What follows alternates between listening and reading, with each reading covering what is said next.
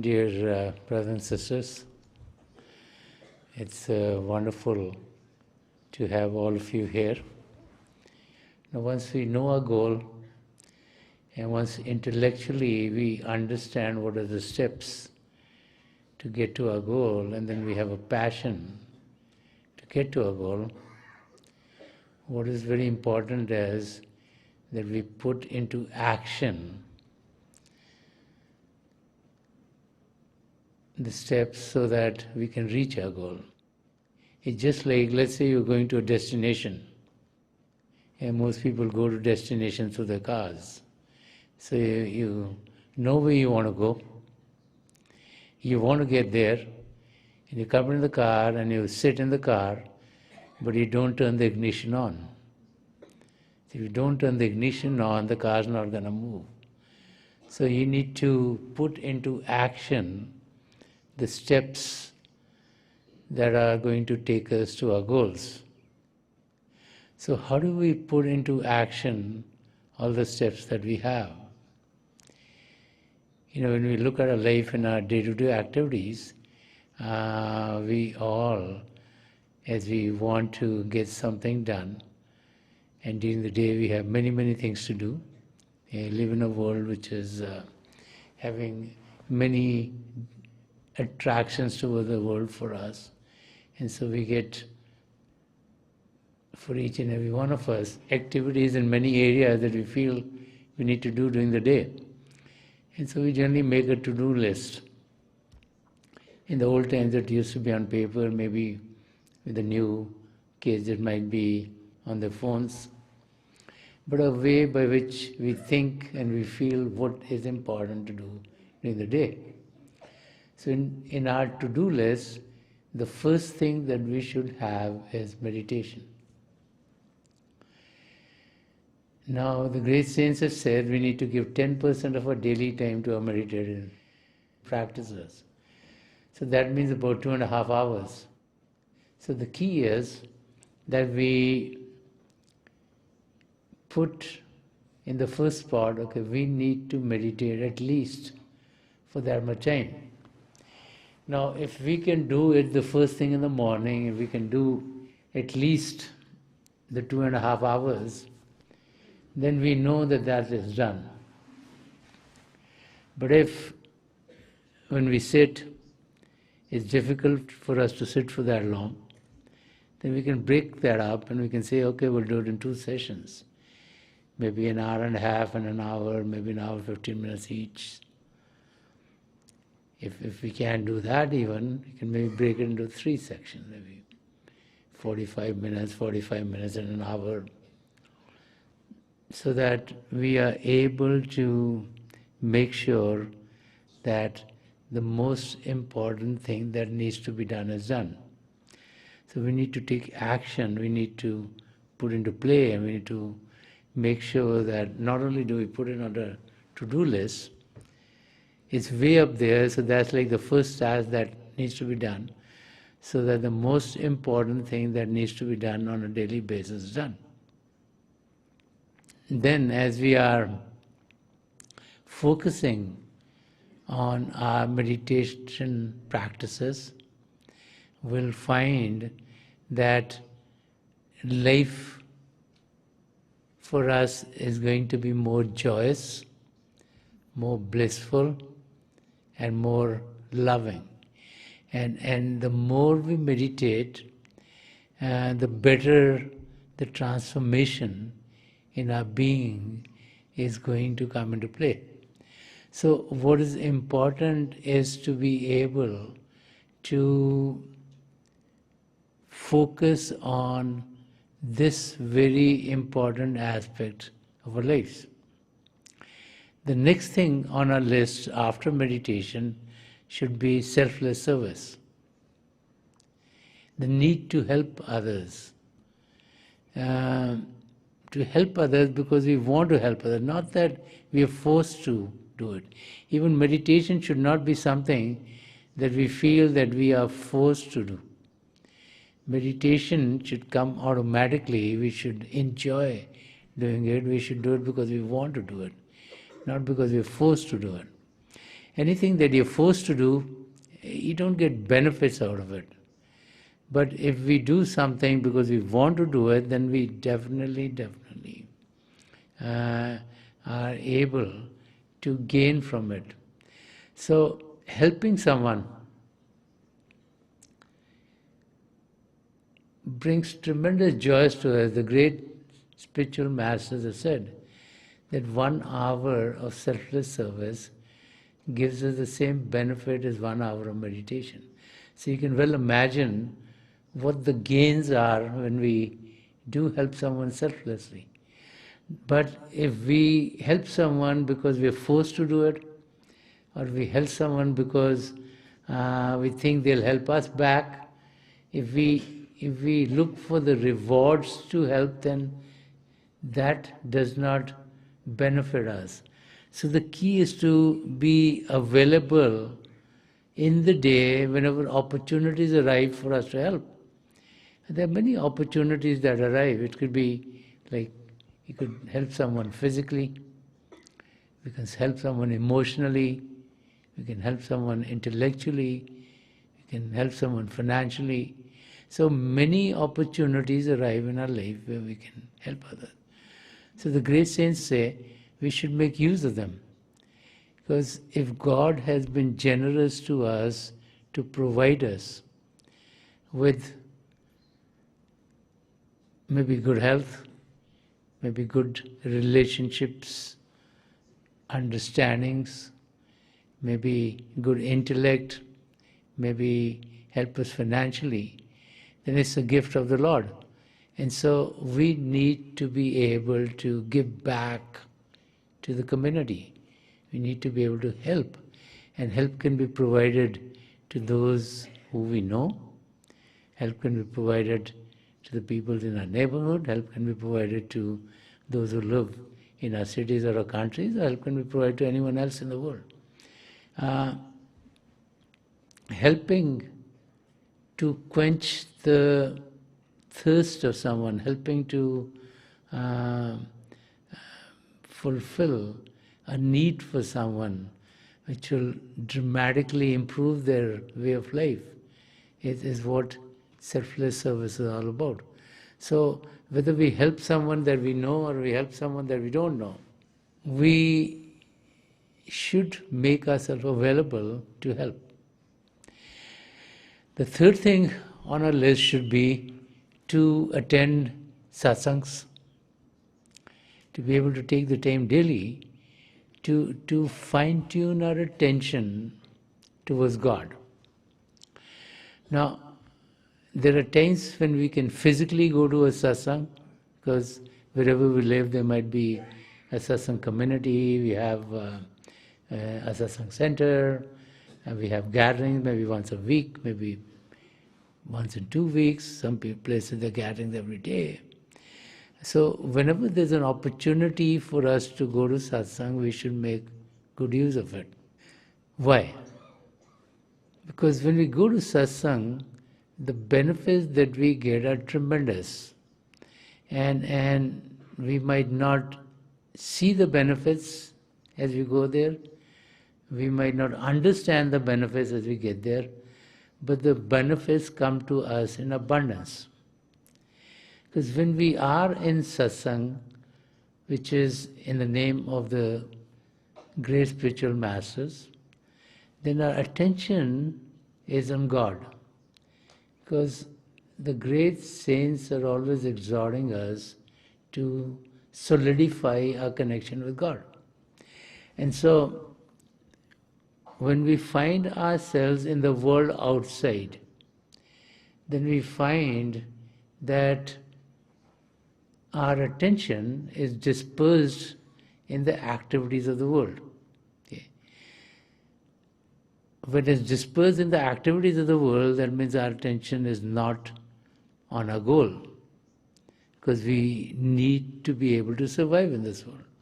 And so we need to do some activities to make sure that we're taking care of ourselves, our families, and whatever other obligations we have. At that time, our attention is defocused from the time that could be spent in knowing God. But when we get to the satsang, then our total attention is on God. Our attention is on our connection with God. Our attention is how do we take steps towards God. And that is what brings tremendous benefits to us.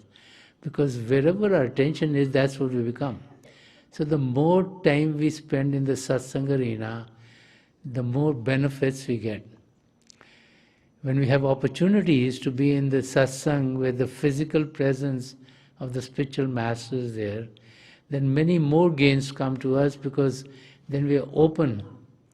And if we are receptive, then the spiritual radiation which Sant Singh Ji Maharaj would always talk about, and he would say that 2/3 of the spiritual radiation comes through the eyes of the spiritual master. So that divine current of love, or the divine current of light and so on, or the divine current of the creative power, that comes to us, and if we are receptive, then it impregnates us. And if we come to satsang and our attention is not in the satsang, but it's in the activities of the world outside, then it bounces off us. But if we are receptive, then that energy gets into us, comes into us, and tremendous benefits come to us. And this is why some of you who maybe have been physically in the satsangs held by Sant Singh Ji Maharaj and Sant Rajinder Singh Ji Maharaj, you would have seen in some of the satsangs, there'll be some people who would all of a sudden have these spiritual experiences where they are oblivious to their physical surroundings. Okay.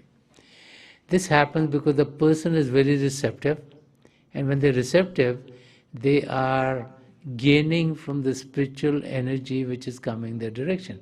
Now, the spiritual energy is coming to each and every one of us, and depending on how receptive we are is how much we can gain from it. Okay. So coming to a satsang has tremendous benefits, and the saints have said that it is very important that we be in satsang, because there's a recharging. All week long, if we are focused in the world, our attention is going into the world. When we go to satsang, we get recharged, we get refocused on God. We understand why it is important to be focused on God. Whatever our spiritual journey is, we get like a push to go faster towards our goal. And we start to experience not only the love coming from the spiritual master to us, but we through that start to experience the love of God. And so we find ourselves to be in tune with God. And as that happens, we find that our life is getting more fulfilled, more happy, and more joyous.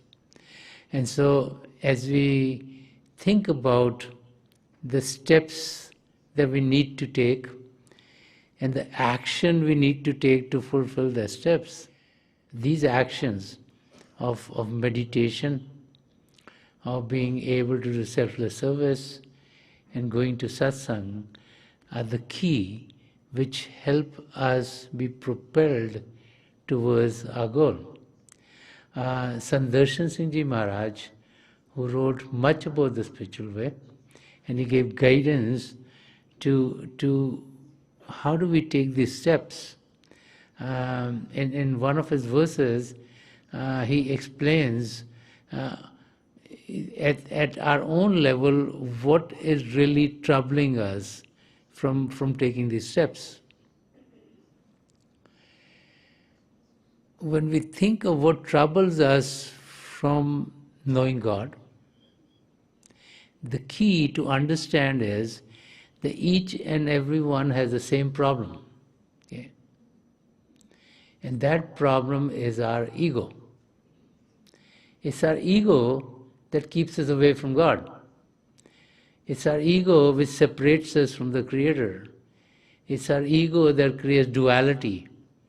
It's our ego which makes us feel, oh, I am better than everyone else, I'm different than everyone else. And so the saints have said, like Kabir Sahib has said very strongly, he says, जहाँ हरि है वहाँ मैं नहीं, जहाँ मैं है वहाँ हरि नहीं. And he says, Prem gali ati sankri, ja mein do na samai. He says, wherever there is God, there is no question of ego. And wherever there is ego, there is no question of God. So he's clearly saying, if you have ego, you're not going to be able to find God. Why? Because you are not talking about duality. You're talking about you being separate than someone else. And that means you separated yourself from God. So he says, ego is the root cause of our being separated from the Creator. And then he says, the way to God is through the lane of love. But the lane of love is very narrow. Two cannot walk in the lane, you have to be one. So he's suggesting to us that as long as you are controlled by your ego, you are not going to be able to reach your goals. And so the key is to be able to control your ego. The key in life is to be able to be in a state in which we realize that we're not different, we're not separate from everyone else, we are all one and the same. So let us meditate for a few minutes. There's nothing better than meditation. Please sit as comfortably as you can. Close your eyes very gently, just like you close your eyes when you go to sleep. Our eyeballs should be straight, focus 8 or 10 inches in front of us. And those of you who've been initiated in the mysteries of the beyond, please do your Simran. And those of you who are new here, please repeat any name of God that you feel comfortable with. The repetition of God's name should be done mentally and not out loud. I pray to God Almighty and to the three great spiritual masters of the past century, Hazur Baba Sawan Singh Ji Maharaj, Param Sant Kapal Singh Ji Maharaj, and the Alpura Darshan Singh Ji Maharaj, to help each and every one of us connect with the divine power within and to experience the divine light in its effulgence. I will be sitting for a few minutes. I'll be getting you out of this meditative state, and my best wishes are with each and every one of you.